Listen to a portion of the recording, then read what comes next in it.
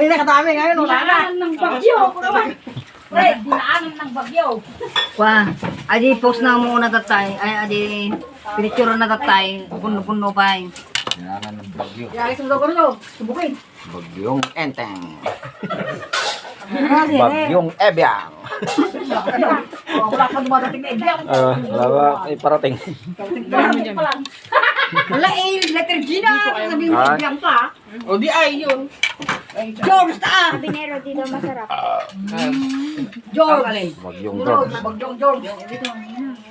Nakarami nga siya, hindi masarap. Hindi na naubos yung dito.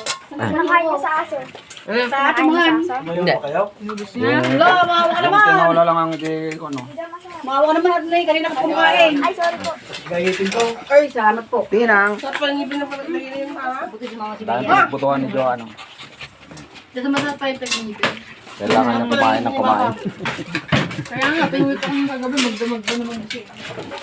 Sabi ko yun eh. Ano ba kinain mo? Sopas. Oo, sopas sa... Doon sa loob, may kanin pa. Sa loob. Sa loob. Ano? Sa loob yung kalde. Kot-kotan na di. Ano di kot-kotan na dyan. Tip maga. Ayaw. Ay, Tinang. Brian to na ba? Yan, yan. Ang tira ni Ebya. Kukunganan ko na. Doon niya Ebs mo. Ah, nahamak eh. Doon yung Ebs.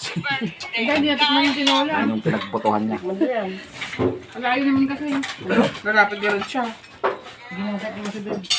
Tingin nga niya. Yan, sa kaldera mo eh. Yan yung kunen o. Yan.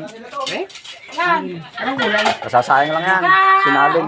Salin ka lang ita. Wala pa yasa si Mama Wen. Ay, Mama Jane. Wala. Ay, meron pala. Isa na lang.